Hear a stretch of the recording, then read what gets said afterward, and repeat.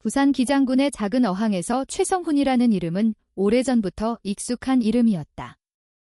58해를 바다와 함께 살아온 사람, 그중 45해를 직접 조업에 매달린 사람, 그리고 누구에게도 쉽게 도움을 청하지 않는 사람으로 알려져 있었다. 항구 사람들은 그를 성실하다고 말했지만 가족들은 그를 고집스럽다고 기억했다. 둘 다 틀리지 않았다. 그해 초겨울, 성훈의 식탁 위에는 은행에서 보낸 독촉장이 놓여 있었다. 단순한 종이 한 장이 아니었다. 남은 기한은 30날, 연체된 선박 대출금과 운영자금, 보험료까지 합쳐 1,900만 원 기한 내 상환이 이뤄지지 않으면 그가 가진 9톤급 연안 통발어선 청해호는 압류 절차에 들어간다는 통지였다. 성훈에게 청해호는 단순한 재산이 아니었다. 젊은 시절 아내와 함께 모은 돈으로 계약금을 넣었고 나머지는 10수년 동안 빚을 갚아가며 겨우 자기 이름으로 만든 배였다. 아내가 세상을 떠난 뒤에도 청해호만은 남아있었다. 그 배가 사라진다는 건 생계의 종료 이전에 자신의 삶이 더 이상 설명되지 않는다는 의미였다. 그는 딸 최서연에게 이 사실을 알리지 않았다. 서연은 서울 마포구의 광고회사에서 일하고 있었다.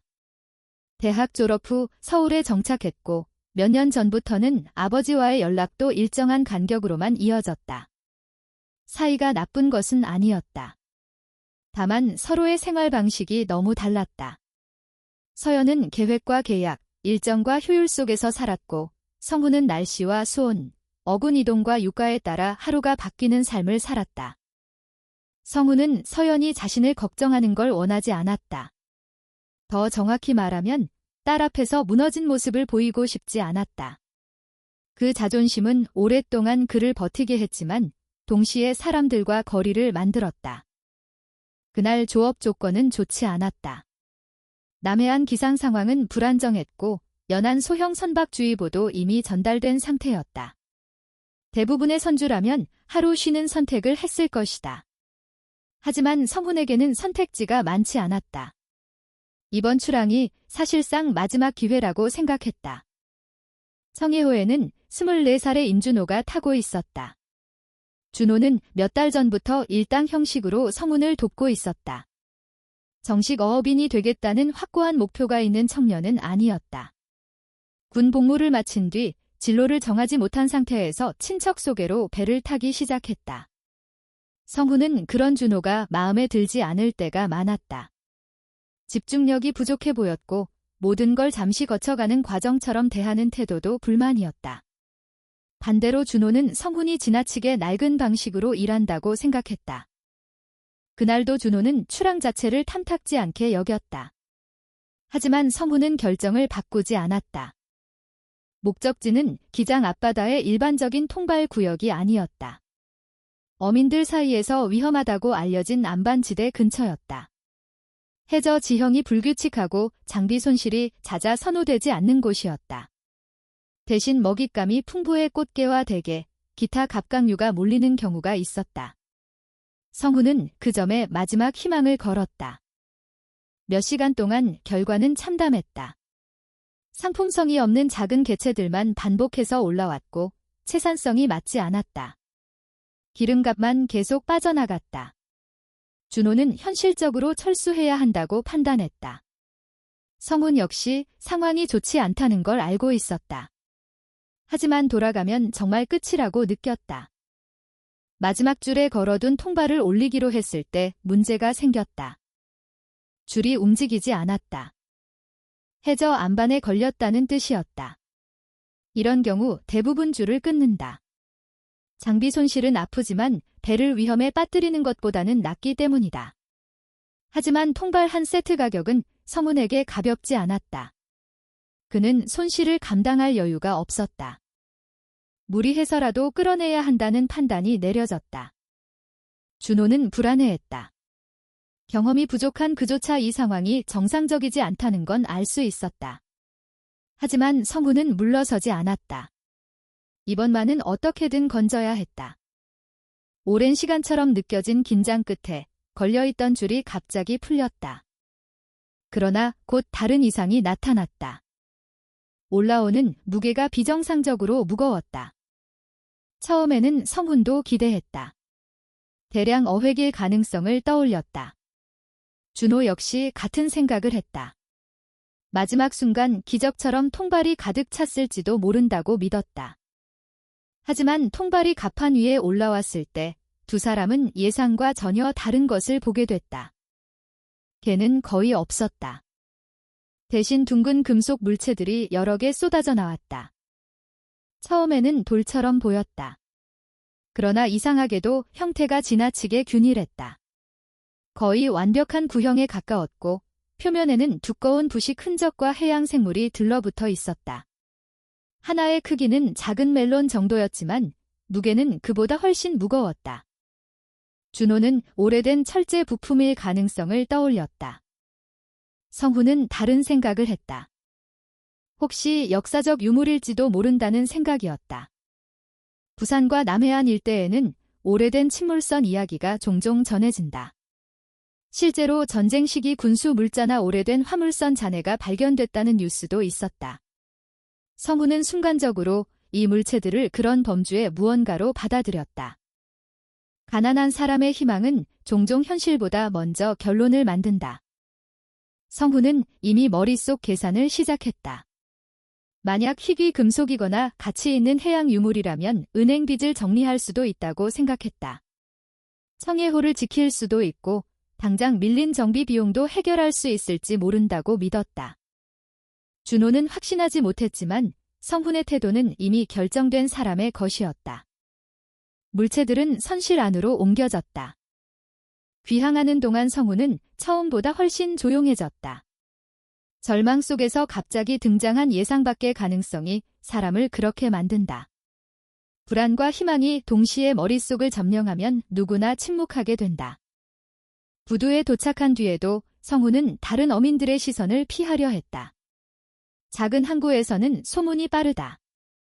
무엇인가 가치 있어 보이는 걸 건졌다는 이야기가 퍼지면 다음날 같은 장소에 다른 배들이 몰릴 수도 있었다.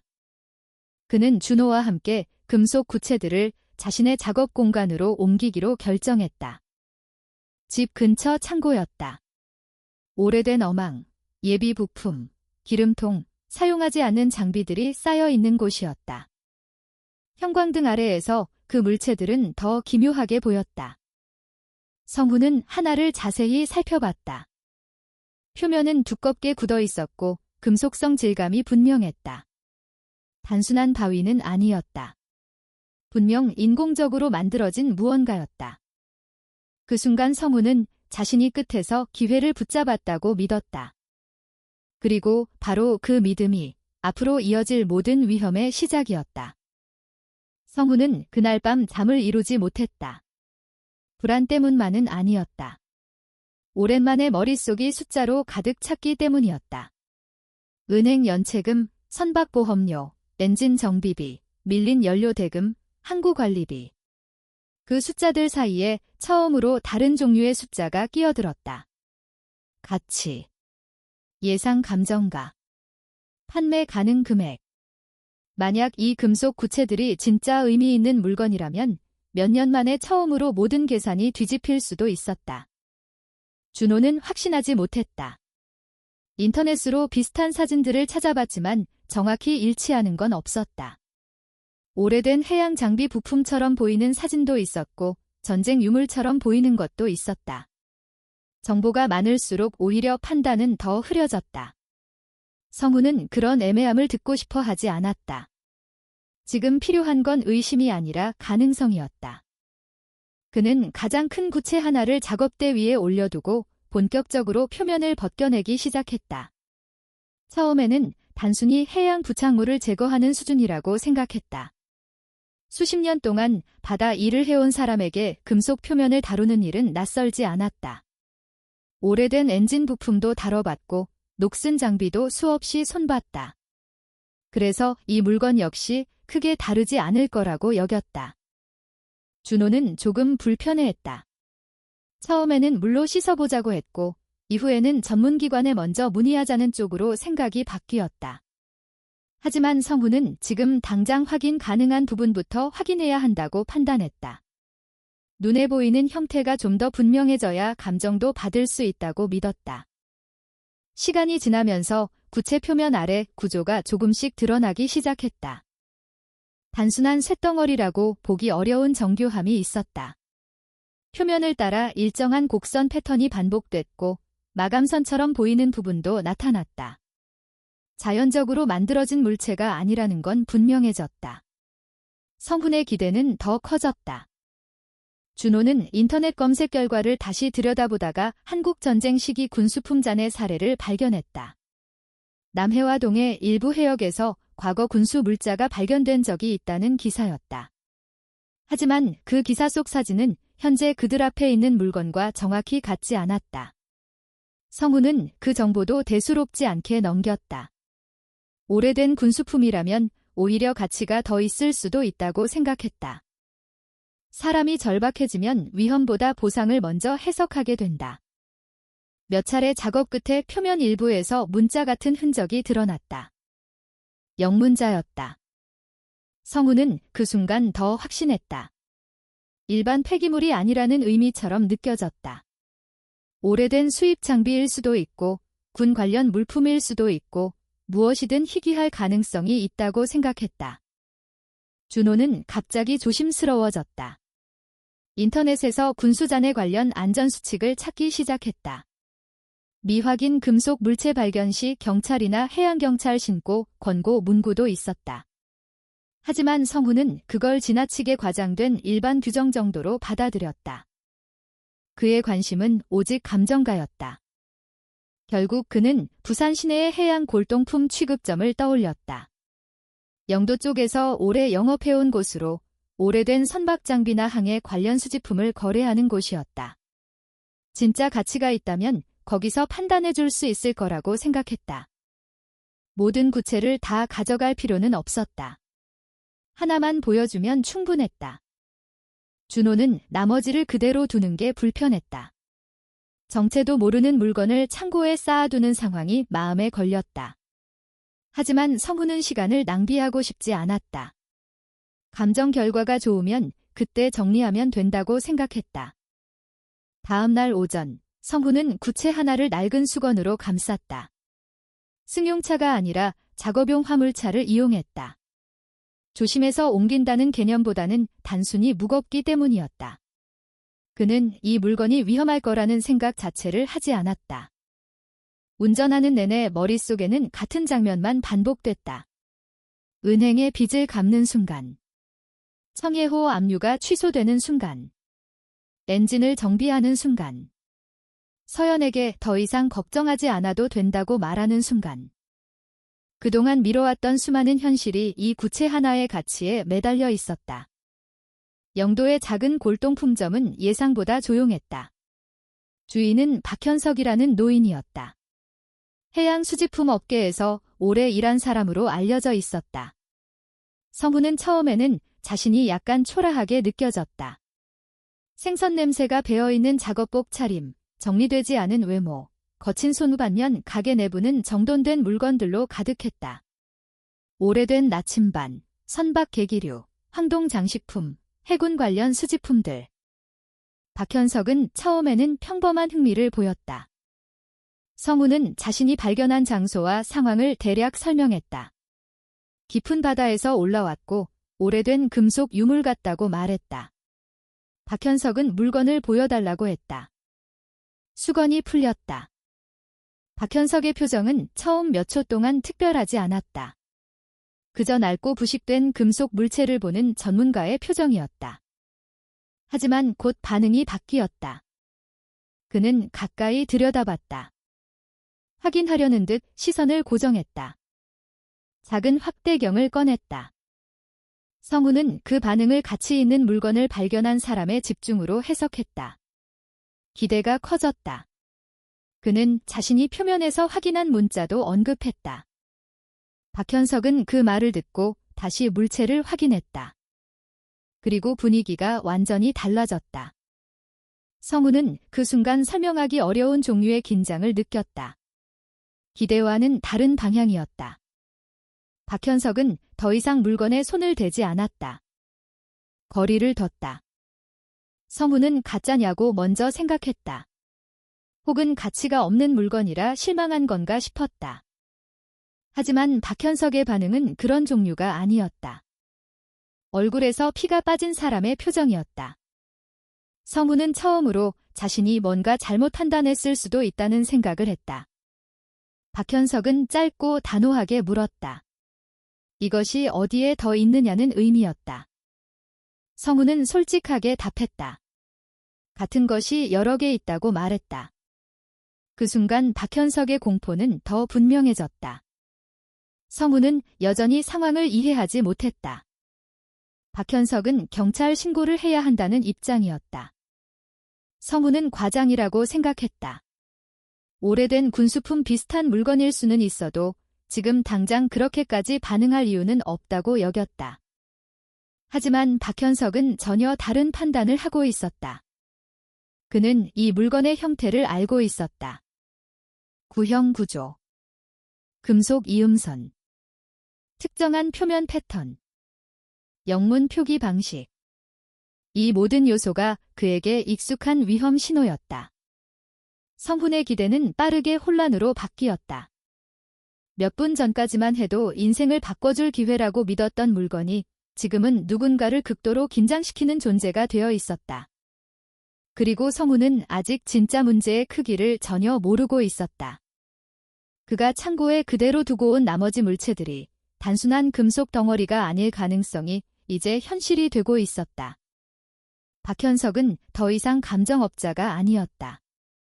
위험을 인지한 목격자였다. 성훈은 처음으로 딸 서연의 얼굴이 떠올랐다. 빚 문제 때문이 아니었다. 전혀 다른 이유 때문이었다. 하지만 그 이유가 무엇인지 그는 아직 정확히 알지 못했다. 성훈이 상황을 완전히 이해한 건 경찰 차량이 골동품점 앞을 막아선 뒤였다. 처음 신고를 받았을 때 출동한 경찰도 현장 설명을 듣고 단순한 의심 물체 수준으로 접근했다. 하지만 박현석이 반복해서 강조한 몇 가지 특징과 성훈이 창고에 같은 물체를 여러 개 보관 중이라는 사실이 전달되자 분위기는 급격히 달라졌다. 곧 관할 경찰서뿐 아니라 해양경찰과 군 폭발물 처리 관련 부서까지 연락이 이어졌다. 성훈은 그 모든 과정이 과장처럼 느껴졌다. 머릿속에서는 여전히 받아들이기 어려웠다. 자신이 어제까지 망한 어민이었고 오늘은 갑자기 위험물 반입자로 분류되고 있다는 현실이 너무 빠르게 바뀌고 있었다. 조사는 기본적인 질문에서 시작됐다. 어디서 발견했는지, 몇 개를 발견했는지, 어떻게 운반했는지, 표면에 어떤 작업을 했는지. 성훈은 솔직하게 답했다. 해저 안반지대, 총 12개, 차량으로 운반, 표면을 망치와 공구로 정리. 답을 들은 경찰 관계자의 표정이 굳어졌다. 그제야 성훈도 자신의 행동이 단순한 실수가 아닐 수 있다는 걸 느끼기 시작했다. 준호에게는 이미 연락이 간 상태였다. 그는 창고 근처에서 상황 설명을 듣고 심각성을 인지했다.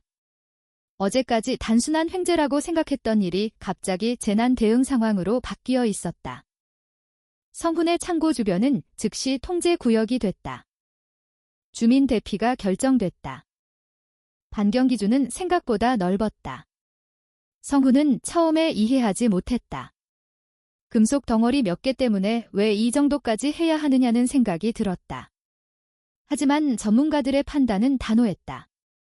현장에 도착한 군 폭발물 처리반은 경찰과 다르게 감정을 숨기지 않았다. 그들은 성훈이 설명한 작업 내용에서 이미 최악의 가능성을 계산하고 있었다. 미확인 군수품, 장기간 해수 노출, 물리적 충격 이력. 이 조합은 가장 위험한 조건 중 하나였다.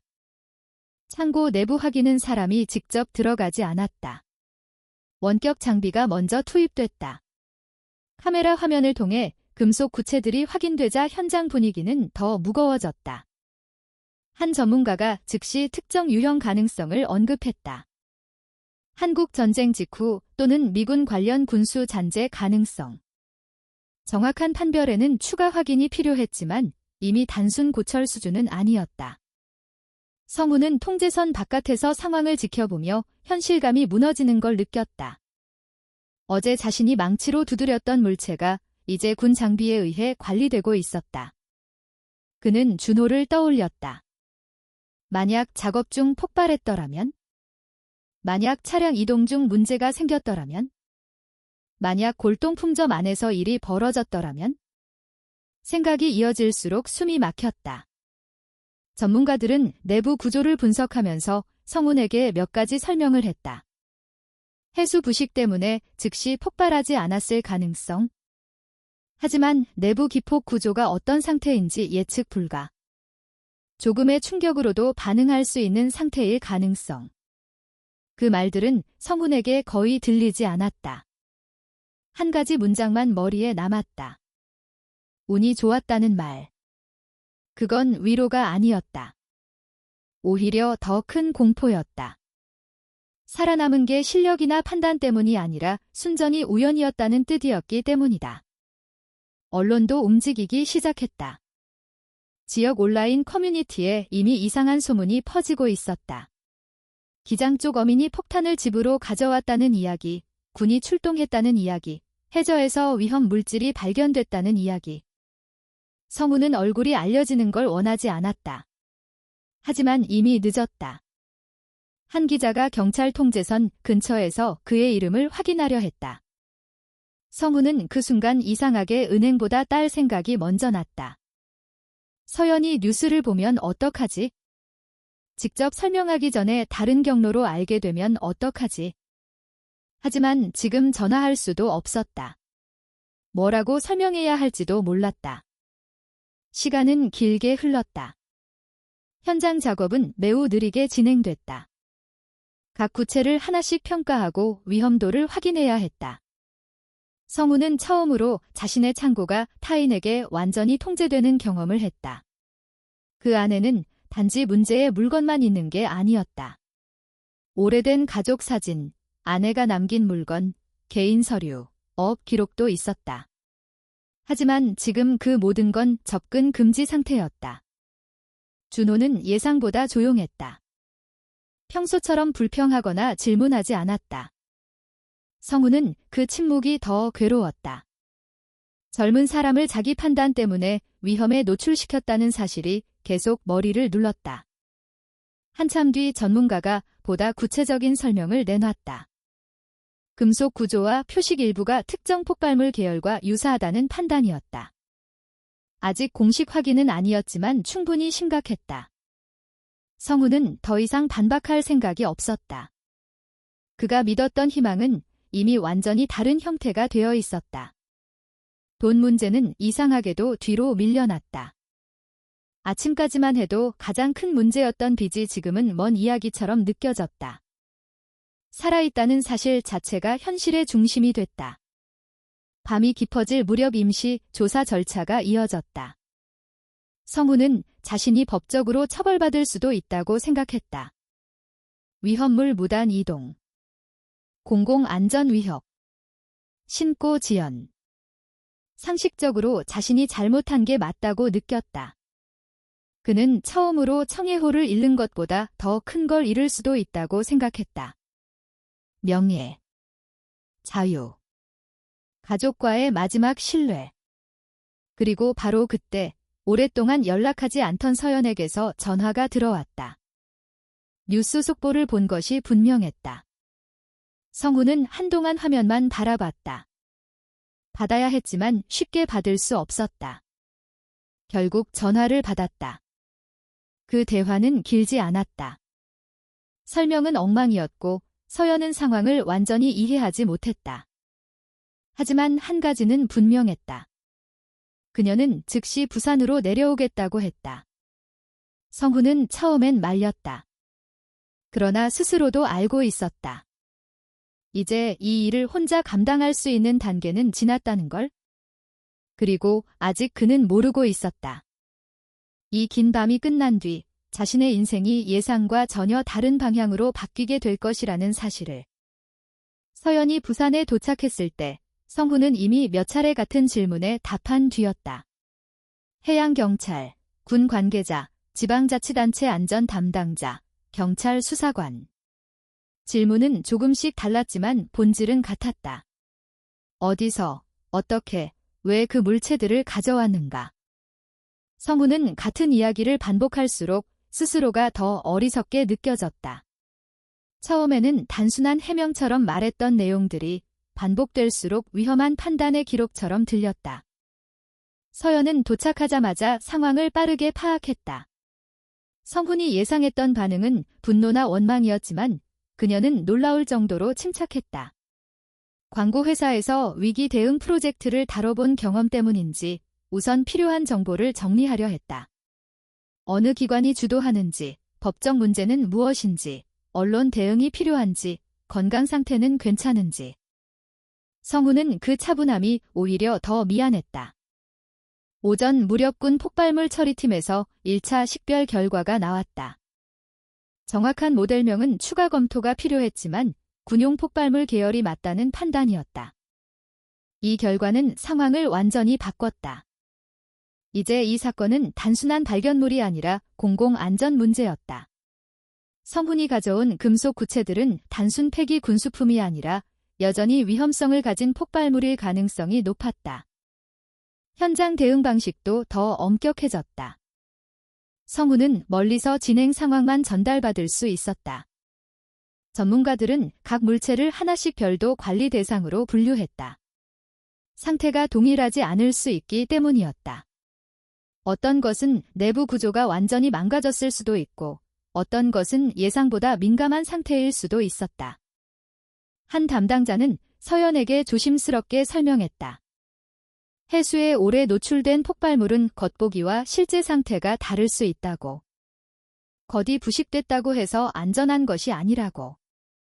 오히려 내부 화학 구조 변화로 더 예측이 어려울 수도 있다고. 서연은 그 설명을 듣고 한동안 말을 잇지 못했다. 그녀는 아버지가 얼마나 위험한 상황을 지나왔는지 이제야 실감했다. 성훈은 더 큰 충격을 다른 방식으로 받았다. 준호의 부모가 연락해온 것이다. 당연한 일이었다. 자신들의 아들이 위험한 현장에 있었다는 사실을 들었으니 확인하려는 게 맞았다. 성훈은 직접 통화했다. 사과 외에 할 수 있는 말이 없었다. 다행히 준호는 무사했고 그 점이 상황을 조금 누그러뜨렸다. 하지만 성훈은 그 통화 이후 더 깊은 죄책감에 빠졌다. 경제적 절박함 때문에 다른 사람의 인생까지 위험에 끌어들였다는 사실이 계속 남았다. 언론 보도는 확대됐다. 부산 어민, 군 폭발물 추정 물체 자택 보관, 기장 인근 해역 위험물 발견, 군 해경 공동 대응. 기사 제목들은 빠르게 퍼졌다. 서연은 자신의 회사 동료들에게도 연락을 받았다. 이미 온라인 기사 링크가 돌고 있었다. 그녀는 아버지의 이름이 더 노출되지 않게 하려 애썼지만 지역사회에서는 이미 누가 당사자인지 아는 분위기였다. 성훈에게는 그것도 부담이었다. 항구 사람들은 소문이 빠르다. 누군가는 무모했다고 말할 것이고 누군가는 탐욕 때문이라고 말할 것이다. 그 판단이 완전히 틀린 것도 아니라는 점이 더 괴로웠다. 오후가 되자 또 다른 사실이 확인됐다. 발견 지점 인근 해역에 추가 위험물이 더 존재할 가능성이 있다는 분석이었다. 성훈이 통발을 올린 위치와 해저 지형, 구체들의 상태를 종합했을 때 우연히 하나만 걸린 게 아니라 군 관련 투기 지점 또는 잔존 구역일 수 있다는 의견이 나왔다. 이건 단순히 성훈 개인의 사건이 아니게 됐다. 해역 안전 문제로 확장된 것이다. 그 말은 곧 성훈이 처벌 대상일 수도 있지만 동시에 중요한 정보 제공자가 될 수도 있다는 뜻이었다. 성훈은 그런 복잡한 위치가 불편했다. 자신은 누군가를 도운 것도 아니고 위험을 만든 쪽에 더 가깝다고 생각했기 때문이다. 그날 저녁, 군 폭발물 처리 책임자가 보다 구체적인 설명을 전달했다. 발견된 물체는 한국전쟁 이후 미군 관련 폭발물 잔재 가능성이 매우 높다고. 정확한 재식명은 공식 분석 후 발표되겠지만 민간인이 절대 직접 접촉해서는 안 되는 종류라는 점은 분명하다고 했다. 성훈은 묻고 싶은 게 많았지만 질문이 떠오르지 않았다. 결국 가장 먼저 나온 말은 단순했다. 정말 폭발했을 수도 있었느냐는 것이었다. 답은 짧았다. 충분히 가능했다. 그 순간 성훈은 마음속에서 무언가 무너지는 걸 느꼈다. 은행 독촉장, 빚, 선박 압류, 체면. 며칠 전까지만 해도 삶의 중심이었던 문제들이 한순간에 다른 크기로 보였다. 서연은 처음으로 아버지에게 화를 냈다. 사건 자체 때문만은 아니었다. 왜 힘든 상황을 숨겼느냐는 것이었다. 왜 혼자 해결하려 했느냐는 것이었다. 왜 도움을 요청하지 않았느냐는 것이었다. 성훈은 쉽게 답하지 못했다. 오랫동안 굳어진 습관 같은 것이었다. 가족에게 부담이 되지 않겠다는 생각. 아버지는 버텨야 한다는 생각. 약한 모습을 보이면 끝이라는 생각. 하지만 그런 생각이 결국 어디까지 사람을 몰아붙일 수 있는지 그는 이제 보고 있었다. 서연은 차분히 말했다. 이번 일은 운이 좋았던 거라고. 같은 방식으로 다음번에도 살아남는다는 보장은 없다고. 성훈은 반박하지 않았다. 반박할 근거가 없었다. 그날 밤, 그는 처음으로 서연에게 은행 독촉장 이야기를 꺼냈다. 서연은 이미 어느 정도 예상하고 있었다.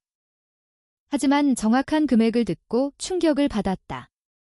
그녀는 왜 자신에게 말하지 않았느냐고 다시 물었지만 이번엔 목소리가 더 낮았다.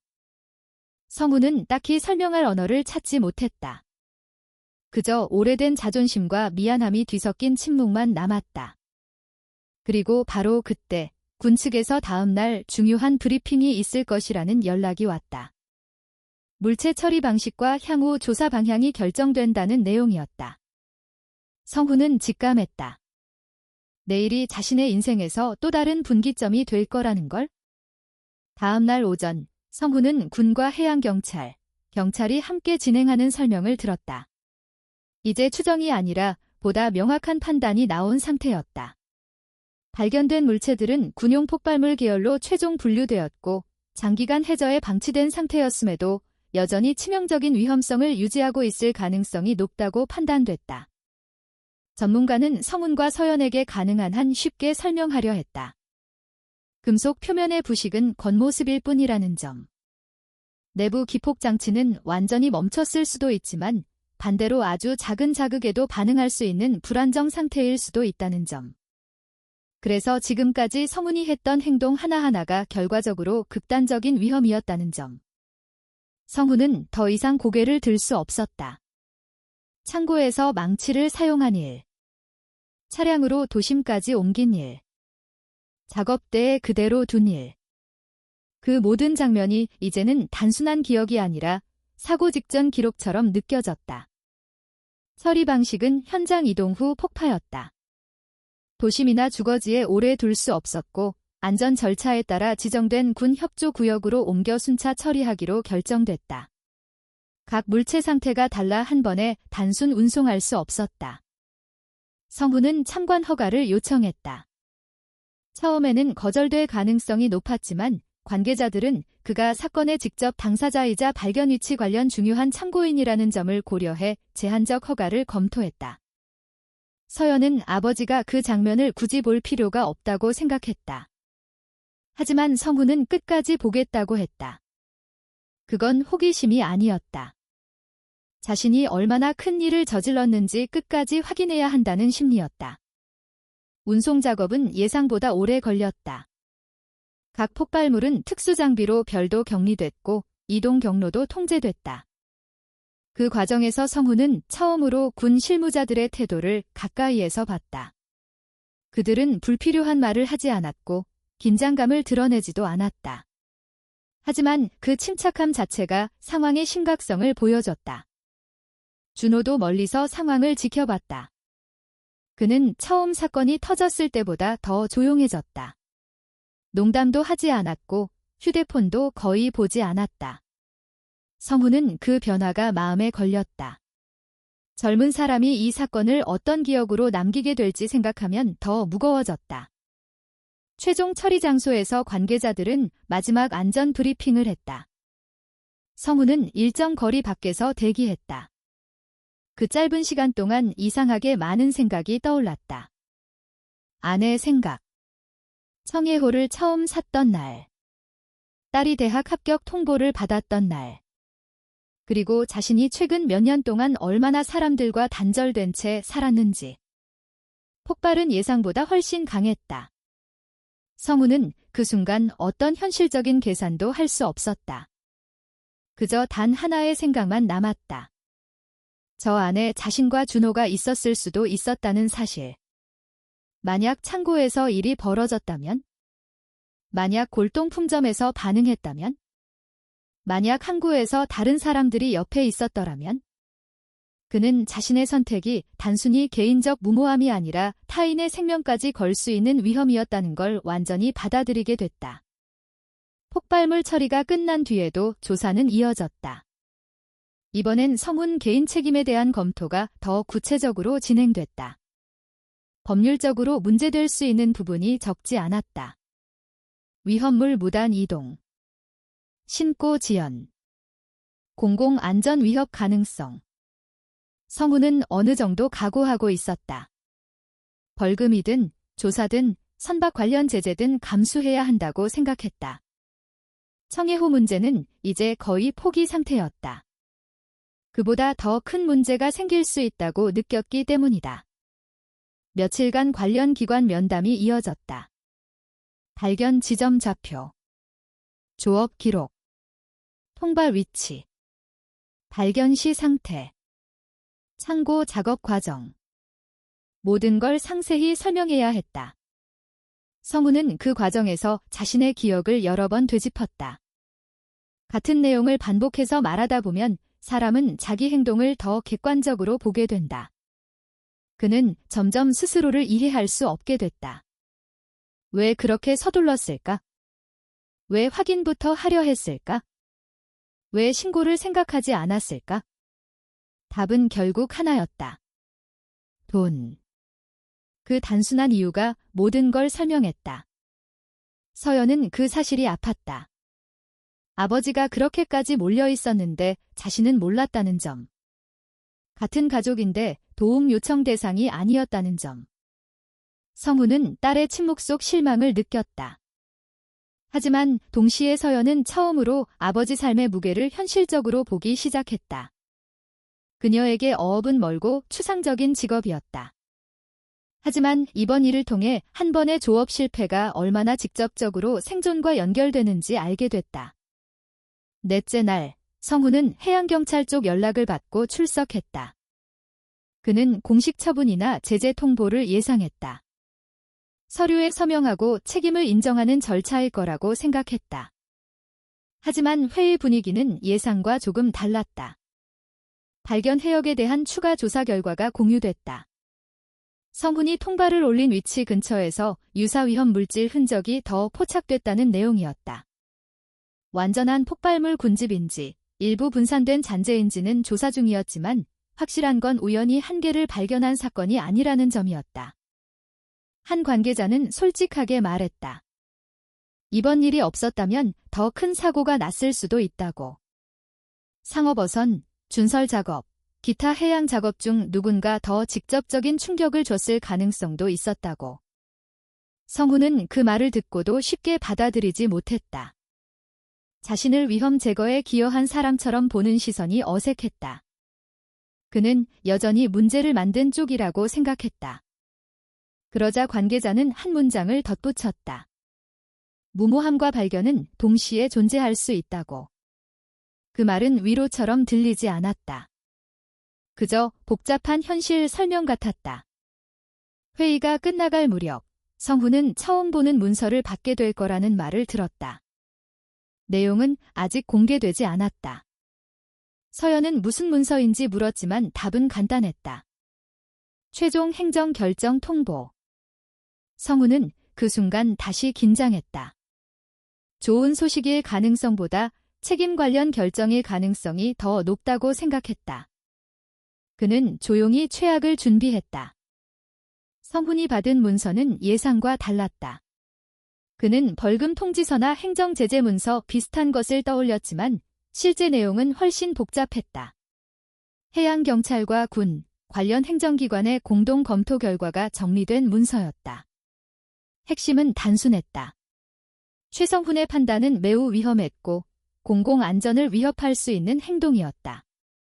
하지만 동시에 그의 발견은 실제 해양안전 위험 요소를 조기에 드러낸 계기가 되었다는 것이었다. 성훈은 한동안 내용을 제대로 이해하지 못했다. 문장마다 상반된 의미가 섞여 있었다. 잘못했다는 평가. 그러나 중요한 발견이었다는 평가. 책임을 묻는 듯하면서도 공로를 인정하는 듯한 표현. 그는 법적 언어에 익숙하지 않았다. 서연이 먼저 문서를 읽고 내용을 정리했다. 현재 기준으로 성훈에게 중대한 형사 책임을 적용하는 방향은 아니라는 뜻이었다. 고의성이 없었고 상업적 불법 거래 목적이 확인되지 않았으며 신고 지연은 있었지만 이후 조사에 적극 협조했고 발견 지점 정보가 실제 해양 위험 제거에 의미 있었다는 판단이 포함되어 있었다. 성훈은 그 설명을 듣고도 쉽게 안심하지 못했다. 그는 여전히 자신이 운 좋게 처벌을 피한 사람처럼 느껴졌다. 그날 오후 추가 설명이 이어졌다. 발견 해역에 대한 탐색 결과 유사 위험물 존재 가능성이 실제로 확인되고 있었다. 과거 군사활동과 연관된 투기 또는 잔존 위험 구역일 수 있다는 분석이었다. 정확한 역사 기록과 대조 작업이 진행 중이었지만 최소한 이번 발견이 우연한 단일 사건은 아니라는 점은 분명해졌다. 한 관계자는 실무적으로 설명했다. 민간 어업 활동 중 위험물 발견 신고는 실제로 종종 있지만 이번처럼 다수 물체가 회수되어 확인된 사례는 대응 우선순위가 다르다고. 그 말은 성훈에게 이상한 감정을 남겼다. 자신이 저지른 무모함이 시스템 안에서는 다른 의미로 기록될 수 있다는 사실이 낯설었다. 그리고 곧 더 구체적인 내용이 나왔다. 해양 위험물 신고 및 회수 관련 보상체계 검토 대상이 될 수 있다는 설명이었다. 성훈은 처음엔 잘못 들은 줄 알았다. 서연도 다시 확인했다. 직접적인 표현은 조심스러웠지만 결과적으로 일정 보상 검토가 가능하다는 뜻이었다. 성훈은 당황했다. 자신은 벌을 받아야 한다고 생각했지 돈 이야기가 나올 거라고는 상상하지 못했다.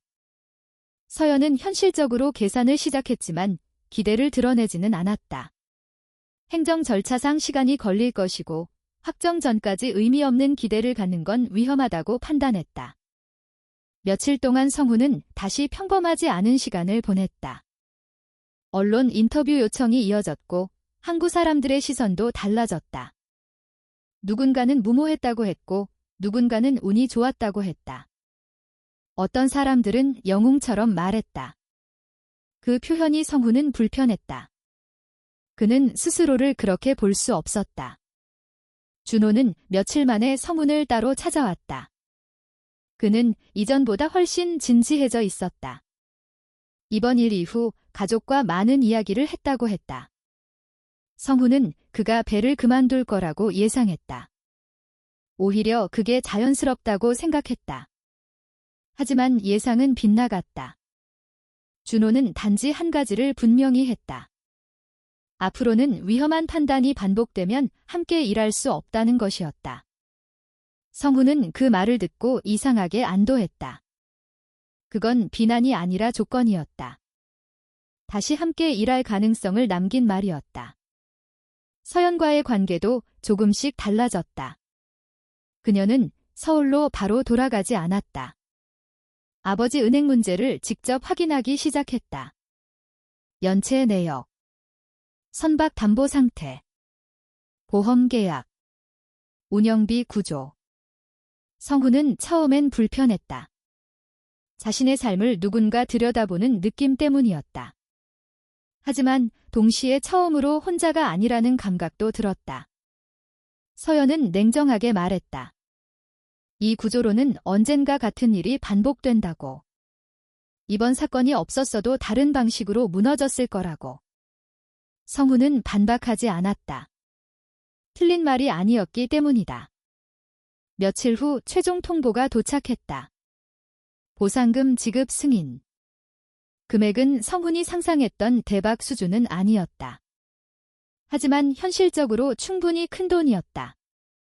위험 해역 정보 제공 및 회수 기여 명목, 장비 손실 반영, 관련 행정 기준을 종합한 결과였다. 서연이 숫자를 먼저 확인했다. 성훈은 한동안 말이 없었다. 그 금액은 그의 은행 연체를 해결할 수 있는 수준이었다. 심지어 선박 긴급 정비 일부까지 가능했다. 성훈은 기뻐해야 하는 상황이었지만 감정은 단순하지 않았다. 이 돈은 횡재가 아니었다. 죽을 수도 있었던 사건의 결과였다. 그 사실이 마음을 무겁게 만들었다. 서연은 그 돈의 의미를 다르게 봤다. 이건 기적이 아니라 마지막 경고라고 했다. 성훈도 그 말에 동의했다. 그날 저녁, 성훈은 오랫동안 미뤄왔던 전화를 직접 걸었다. 은행 담당자였다. 연체 정리 의사를 밝혔다. 상대는 예상보다 차분했다. 이런 연락을 얼마나 많이 받아봤을지 알 수 없었다. 서류 절차 안내가 이어졌다. 성훈은 통화를 마친 뒤 이상한 허탈감을 느꼈다. 몇 주 동안 자신을 짓누르던 문제가 생각보다 짧은 통화로 방향을 바꿨기 때문이었다. 하지만 더 중요한 전화는 따로 있었다. 서연이 서울로 돌아가기 전 성훈은 먼저 말을 꺼냈다. 정확히는 오랜만에 아버지답지 않은 말을 했다. 미안하다는 말이었다. 서연은 예상보다 조용히 받아들였다. 그녀도 완벽한 딸은 아니었다고 말했다. 하지만 서로를 너무 멀리 두고 살았다는 데는 둘 다 동의했다. 성훈은 그 대화가 어색하면서도 이상하게 편했다. 이 사건 전에는 상상하기 어려운 대화였다. 며칠 뒤 청해호 정비가 시작됐다. 성훈은 정비 내역을 보며 현실감을 되찾았다. 유압 문제, 연료 개통 점검, 오래 미뤄둔 교체 작업들. 예전 같았으면 미루거나 대충 넘겼을 일들이었다. 이번에는 그러고 싶지 않았다. 삶을 연장받은 사람처럼 느껴졌기 때문이다. 하지만 진짜 변화는 아직 끝나지 않았다. 성훈은 자신이 다시 바다에 나가게 될 걸 알고 있었다. 문제는 예전과 같은 사람이 아니라는 점이었다. 성혜호가 다시 출항 준비를 마쳤을 때 성훈은 이상한 낯설음을 느꼈다. 배는 여전히 자신의 것이었고 항구도 익숙했으며 해야 할 일도 변하지 않았다. 그런데 마음가짐은 분명 달라져 있었다. 예전에는 바다가 생계 그 자체였다. 지금은 그보다 먼저 살아 돌아오는 일이 중심이 됐다. 그 변화는 단순한 감상이나 일시적인 충격이 아니었다. 정비가 끝난 이후에도 성훈은 한동안 출항 날짜를 쉽게 정하지 못했다. 항구 사람들은 조심스럽게 말을 걸었다. 어떤 사람은 웃으며 액땜했다고 했고 어떤 사람은 정말 큰일 날 뻔했다고 했다. 평소처럼 가볍게 받아칠 수 없는 이야기들이었다. 준호는 다시 청해호에 오르기로 했다. 성훈은 그 결정이 의외였다. 아직 정고 선택지가 많은 사람이 굳이 다시 위험한 배에 탈 이유가 없다고 생각했다. 하지만 준호는 이번 일을 계기로 오히려 태도가 달라졌다. 막연히 돈만 벌다 떠날 생각이었던 시기가 지나고 적어도 지금은 무엇을 배우고 무엇을 피해야 하는지 분명해졌다고 했다. 성훈은 그 말을 오래 기억했다. 그 자신도 비슷했다. 살면서 위험을 경험한 적은 많았다. 태풍, 엔진 고장, 조업 중 사고, 동료들의 부상, 갑작스러운 경제 위기. 하지만 이번 일은 종류가 달랐다. 자신이 직접 만든 위험이었다. 외부 환경 때문이 아니라 자신의 판단이 거의 재앙을 만들 뻔했다. 그 사실은 오래 남았다. 서연은 서울로 돌아간 뒤에도 연락 빈도를 바꿨다. 예전에는 몇 주 간격으로 짧은 안부 정도였다면 이제는 더 자주 현실적인 이야기를 나눴다. 선박 운영 상황, 건강, 병원 예약, 대출 정리 진행 상태. 성훈은 처음엔 그런 변화가 어색했다. 딸에게 감시받는 기분도 잠시 들었다. 하지만 시간이 지나면서 그 감정은 조금씩 바뀌었다. 누군가 자신의 삶을 실제로 알고 있다는 감각은 생각보다 큰 안정감을 줬다. 은행 문제는 예상보다 빨리 정리됐다. 보상금은 대부분 연체 상환과 긴급 운영비에 사용됐다. 남는 돈이 많지는 않았다. 성훈은 처음부터 그걸 알고 있었다. 한 번의 지급으로 인생 전체가 바뀌는 건 아니었다. 다만 당장 무너지는 상황을 막아준 시간이었다. 서연은 조건을 하나 걸었다. 더 이상 문제를 숨기지 말 것. 성훈은 바로 대답하지 못했지만 결국 받아들였다. 그 약속은 단순한 가족 간 합의가 아니었다. 그의 삶의 방식이 바뀌는 선언에 가까웠다. 며칠 뒤 해양경찰에서 추가 연락이 왔다. 발견 해역 관련 조사 협조 차원에서 마지막 확인이 필요하다는 내용이었다. 성훈은 좌표와 조업 기록을 다시 설명했다. 그 과정에서 자신이 평생 익숙하게 알고 있던 바다가 얼마나 많은 과거를 품고 있는지 새삼 느꼈다. 사람들은 바다를 단순한 생계 공간으로 생각하지만 실제로는 수십 년, 수백 년의 기록이 남는 장소이기도 하다. 누군가 버린 것, 누군가 잃어버린 것, 누군가 감춘 것. 그 모든 것이 조용히 남아있다가 어느 날 올라온다. 성훈은 그 생각이 불편하면서도 묘하게 오래 남았다. 준호와의 관계도 달라졌다. 이전에는 세대 차이만 크게 느껴졌다. 성훈은 준호가 끈기 없다고 봤고 준호는 성훈이 답답하다고 생각했다. 하지만 죽을 뻔한 경험은 사람 사이 거리도 바꾼다. 준호는 이제 성훈에게 무조건 맞추지 않았다. 위험 판단이 필요하면 먼저 의견을 냈다. 성훈도 그걸 무시하지 않았다. 이 변화는 청해호의 중요한 차이를 만들었다. 예전 같으면 성훈 혼자 결정했을 일들이 이제는 검토 대상이 됐다. 한 번은 조업 조건이 애매한 날이 있었다. 과거의 성훈이라면 망설이지 않았을 상황이었다. 이번엔 출항을 미뤘다. 준호는 이유를 묻지 않았다.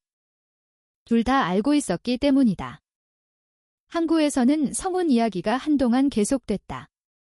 지역 신문에서도 후속 기사가 나왔다. 위험 해역 조사 확대, 민간 신고 중요성, 해양 안전관리 문제 같은 내용이었다. 몇몇 사람은 성훈을 좋은 사례처럼 말했다. 그는 여전히 그런 평가가 불편했다. 자신은 모범적인 행동을 한 게 아니었다. 단지 결과가 우연히 좋게 끝났을 뿐이었다. 하지만 시간이 지나면서 한 가지는 인정하게 됐다. 실수에서도 사람이 바뀔 수 있다는 점이었다. 서연은 어느 날 부산에 다시 내려왔다. 특별한 이유 없이 저녁을 함께하기 위해서였다. 예전 같으면 드문 일이었다. 성훈은 식사 자리에서 처음으로 딸의 회사 이야기를 제대로 들었다. 서연도 아버지의 조업 이야기를 예전보다 더 진지하게 들었다. 서로가 서로 삶의 외부인이 아니게 된 느낌이었다. 성훈은 아내가 살아있었다면 이 변화를 어떻게 봤을까 생각했다. 아마 진작 이렇게 됐어야 한다고 했을 것이다. 그 생각에 괜히 웃음이 나기도 했다. 출항 재개 첫날이 다가왔다. 성훈은 평소보다 더 많은 확인을 했다. 안전장비, 통신 상태, 기상 정보, 장비 상태. 예전에는 경험이 자신감을 대신했다. 지금은 점검이 자신감을 대신했다. 그 변화는 작지만 본질적이었다. 청해호는 다시 바다로 나갈 준비를 마쳤다. 이번 출항은 경제적으로도 중요했다. 보상금이 문제를 영원히 해결해 준 건 아니기 때문이다. 결국 생계는 다시 바다에서 이어가야 했다. 하지만 이번에는 성훈 자신이 달라져 있었다. 그는 더 이상 바다를 이겨야 할 대상으로 보지 않았다. 그저 조심스럽게 함께 일해야 하는 현실로 받아들이고 있었다. 그리고 그는 아직 모르고 있었다. 그 첫 출항이 단순한 조업 복귀가 아니라 자신의 삶을 완전히 다른 감정으로 마무리하게 될 중요한 하루가 될 거라는 사실을. 성혜호가 다시 정상 조업에 들어간 첫날, 성훈은 오랜만에 숫자가 아니라 하루의 흐름에 집중하고 있었다. 최근 몇 주 동안 그의 머릿속은 늘 계산으로 가득했다. 연체금, 기름값, 수리비, 보험료, 대출 일정. 그런데 그날은 조금 달랐다. 여전히 현실은 크게 바뀌지 않았고 여전히 생계는 바다에 달려 있었지만 적어도 그에게 하루를 버티는 이유가 이전과 같지는 않았다. 준호는 이전보다 훨씬 안정된 태도로 일을 정리하고 있었다. 성훈은 그 변화를 조용히 지켜봤다. 젊은 사람이 갑자기 성숙해졌다고 말하는 건 과장일 수 있다. 하지만 분명 달라진 건 있었다. 아무 생각 없이 시간을 보내던 시기와 무언가를 책임질 수 있다는 걸 경험한 이후는 다르다. 준호는 이제 질문을 더 많이 했고 확인을 더 자주 했으며 무엇보다 무조건 따라오지 않았다. 성훈은 그런 변화가 싫지 않았다. 그는 오히려 자신이 늦게 배운 걸 준호는 더 빨리 배우고 있다는 생각을 했다. 첫 조업은 특별한 기적 없이 시작됐다. 예상했던 것처럼 일은 반복적이었고 수익은 계산적이었으며 바다는 감정을 고려하지 않았다. 성훈은 그 사실이 오히려 편안했다. 극적인 일 없이 흘러가는 하루가 얼마나 소중한지 이제는 알 수 있었다. 몇 차례 통발을 올리는 동안 성과는 나쁘지 않았다. 예전 같았으면 더 욕심을 냈을 상황이었다. 조금 더 멀리 가볼까? 한 번만 더 올려볼까? 오늘 흐름이면 무리할 만하지 않을까? 그런 생각들이 과거의 성훈에게는 자연스러웠다. 하지만 지금의 그는 달랐다. 수익보다 먼저 안전과 일정, 장비 상태를 봤다. 준호도 그 차이를 느꼈다. 굳이 말하지 않아도 둘 다 알고 있었다. 점심 무렵 서연에게 메시지가 왔다. 단순한 안부였다. 무리하지 말라는 짧은 문장이었다. 성훈은 휴대폰 화면을 오래 바라봤다. 예전 같으면 답장을 늦게 하거나 아예 나중에 전화했을 것이다. 이번엔 바로 짧게 답했다. 잘 있다고. 그 한 줄이 이상하게 낯설면서도 편했다. 항구로 돌아가는 길, 청해호의 분위기는 이전과 달랐다. 예전처럼 큰 기대도 절박한 침묵도 없었다. 하루치 조업 결과는 충분히 현실적이었다. 엄청난 수익은 아니었지만 분명한 성과였다.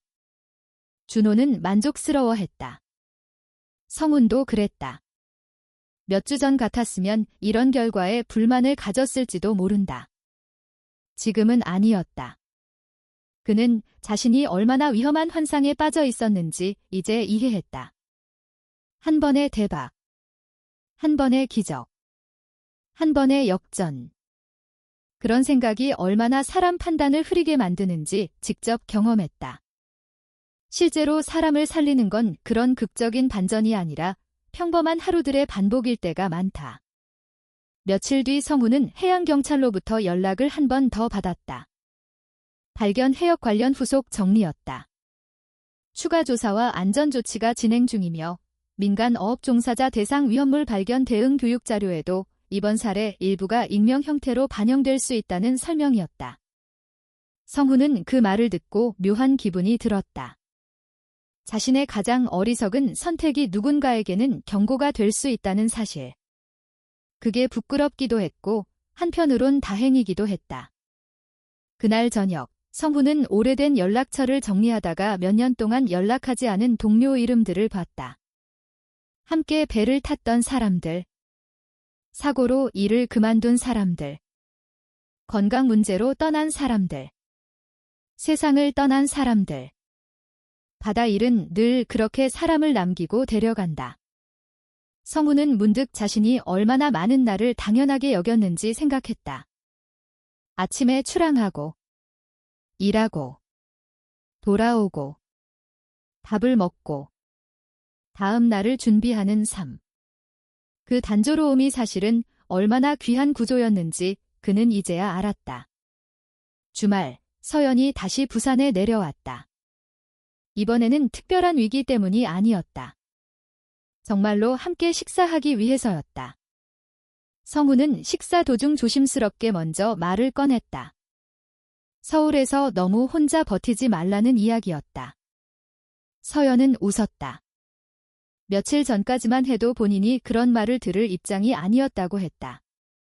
둘 다 웃었지만 그 안에는 서로를 향한 이해가 있었다. 성우는 딸이 성장한 걸 새삼 느꼈다. 서연도 아버지가 변했다는 걸 느꼈다. 사람이 완전히 달라지는 경우는 드물다. 하지만 어떤 경험은 오래 굳어진 방향을 조금 바꾸기도 한다. 성훈에게 이번 일이 그랬다. 그는 여전히 같은 사람이었다. 쉽게 감정을 표현하지 않았고 여전히 고집도 남아있었다. 하지만 적어도 이제는 도움을 받는 걸 실패로 보지 않았다. 누군가에게 자신의 현실을 말하는 걸 약함으로 여기지 않았다. 몇 주 후, 청혜호는 다시 꾸준한 조업 루틴을 되찾았다.